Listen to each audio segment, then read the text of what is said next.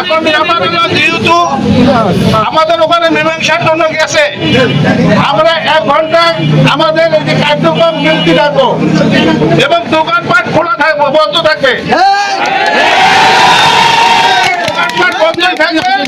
আমাদের যে কর্মসূচি 1 ঘন্টার জন্য বন্ধ রাখবো।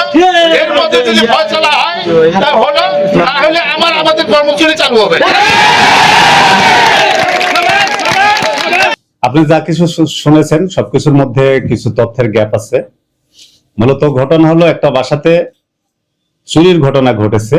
বাসার যে কাজের মেয়েটা সে চুরি করেছে, স্বর্ণ চুরি করে সেই স্বর্ণটা সে বিক্রি করেছে স্বর্ণপট্টিতে 3টা দোকানে।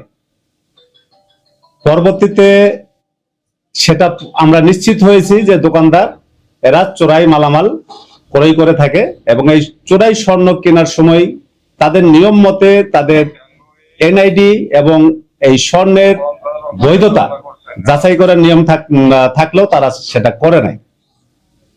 তো তাদেরকে স্বর্ণ যার বাসা থেকে চুরি হয়েছে স্বর্ণের যিনি মালিককে স্বর্ণ ফেরত দিতে বলা হয়েছে। তেনারা স্বর্ণ ফেরত দিবেন না মর্মে জানাই। এই স্বর্ণ ফেরতের জন্য তাদেরকে চাপ দেওয়া হয়েছে। এই বিষয়টা নিয়েই তারা যেন পুলিশ তাদের স্বর্ণ যেন ফেরত নেওয়ার জন্য তাদের জন্য চাপ সৃষ্টি না করতে পারে, এই জন্য জাস্ট তারা কিছু শৃঙ্খল ছেলে পেলে তারা এই পুলিশের বিরুদ্ধে বিভ্রান্তিমূলক বিভিন্ন কথা বলে একটা হট্টগোল করেছে, যেটা পরবর্তীতে তারা নিজেরা নিজেদের বিষয়টা বুঝতে পেরেছে যে তাদের যে কাজটা তারা রাস্তায় যে কাজটা করেছে এটা সঠিক হয় নাই। তারা তাদের দোকানে তারা নিজেরা চলে গিয়েছে।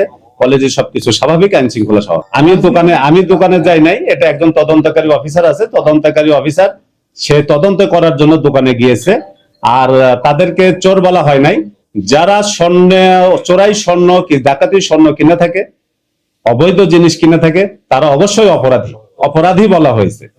এখানে কোনো ভোগান্তি হয় নাই, রাস্তা কোনো অবরোধ হয় নাই।